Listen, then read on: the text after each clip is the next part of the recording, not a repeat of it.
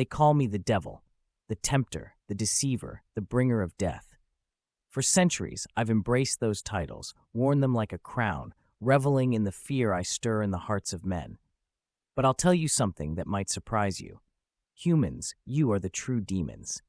I didn't always believe that. I thought my craft was an art, that I was the maestro of misery, the orchestrator of chaos.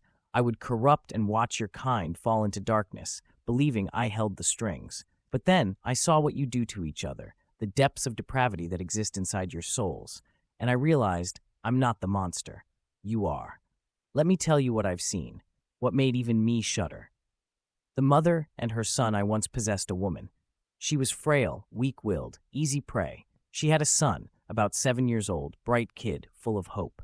I thought it would be fun to unravel that. I whispered into her mind, clouded her judgment, pushed her just a little. All I had to do was feed her paranoia, her insecurities, and the cracks in her sanity grew. I watched her unravel over weeks, waiting for the moment she would snap. But she didn't need much help. One night, after too much wine and too many of my suggestions, she stumbled into her son's room. I thought she would simply scream at him, hit him maybe. The usual parental meltdown. But what I witnessed went beyond anything I could have inspired. She picked up the lamp from his bedside, smashing it over his tiny head again and again until his skull caved in like a rotten fruit. I felt the boy's life drain from him, his tiny hands grasping for her, for comfort, for mercy. But there was none. His blood splattered across the walls, staining the innocence of that little room. His body twitched as his brain failed to register the horror. She wasn't done. No. She grabbed a kitchen knife, carved into him, mumbling some deranged prayer, cutting him piece by piece, almost reverently, as if she believed she was saving him from some imagined curse. I watched her strip the flesh from her own son's bones. I didn't make her do that. She did. That was all her, all human. And as I left her body, the satisfaction I expected didn't come. For the first time, I felt small, weak. I didn't need to possess monsters. They already existed. The soldiers. In the heat of war, I once latched onto a soldier. War is a playground for someone like me. So much pain, so much chaos. I didn't have to do much. I simply whispered in his ear, fanning the flames of hatred, telling him to push harder, go further. But humans, oh, they take it further than I ever could. The squad I possessed came across a village. Innocents, women, children, the elderly. No threat. But I whispered the suggestion, subtle. What if they're hiding something? What if they're the enemy? And he latched onto it like a rabid dog. What followed was something I didn't anticipate. They rounded up the villagers, locked them in the church, and set it on fire. The soldiers stood outside, laughing, smoking, as the screams from inside grew louder, shriller. They howled, children banging on the doors, clawing at the windows as the flames devoured them alive. The sound was like nothing I've ever heard.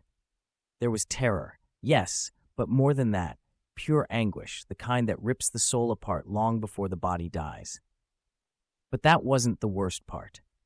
After the fire, after the last scream had faded into silence, one of the soldiers walked up to the charred remains. I could hear the crackle of the cooling embers, the faint, acrid smell of burnt flesh in the air.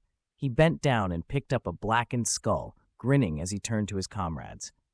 "You think this one was a kid?" he said, tossing it to another soldier. They laughed, tossing that skull back and forth like it was a toy. I didn't push them. I didn't force their hands. That was all them. The torturer. Years ago, I inhabited a man who worked as an interrogator for a secret police unit. Torture was his job. Pain was his livelihood. I should have had a blast inside him, right? But the man didn't need me at all. Not one whisper. He enjoyed it. Far too much. His methods were beyond anything I could have conjured up. This wasn't about extracting information. No, he reveled in the suffering itself. He would peel their skin back slowly, watching every twitch, every agonizing scream as nerves were exposed. He'd use salt, vinegar, anything to intensify the pain. And then when they were close to death, he'd stop, tend to their wounds just enough to keep them alive, only to start again the next day. One night, I watched him strap down a young woman, barely 20, who had stolen bread to feed her family. Her crime? Hardly worth what came next. He broke her bones, slowly, deliberately, one by one. She screamed, begged, but that only seemed to fuel him. Then, in the final hours, when she was nothing but a twitching, bleeding mess, He looked into her eyes and said, "I'll let you go if you smile."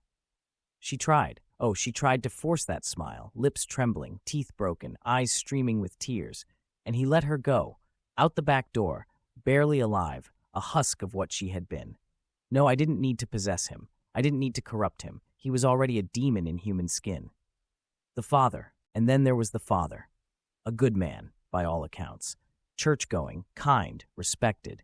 I possessed him, thinking it would be amusing to tear down such a pristine life. But when I entered his mind, I found something darker than I could have ever anticipated. This man had a family, a wife, 2 daughters. On the surface, he was the perfect patriarch, providing for them, caring for them. But underneath, there was something rotten. One night, after a few drinks, I whispered to him, "Take what's yours." I thought I'd plant the seed, push him into a slow descent of abuse. But before I could fully settle into his skin, he was already in his daughter's room. He didn't hesitate. He didn't need my whispers. He enjoyed it. The fear in their eyes, the quiet, tearful submission. When he was done, he stood up, smoothed his hair, and returned to his wife as if nothing had happened, as if he hadn't just destroyed the lives of his own blood. That night, I left him, not out of disgust, not out of pity for those girls, but because I realized something horrible. Humans, you don't need me. You're worse than anything I could ever be. I don't tempt you. I don't make you. You choose this. And that, more than anything, terrifies me.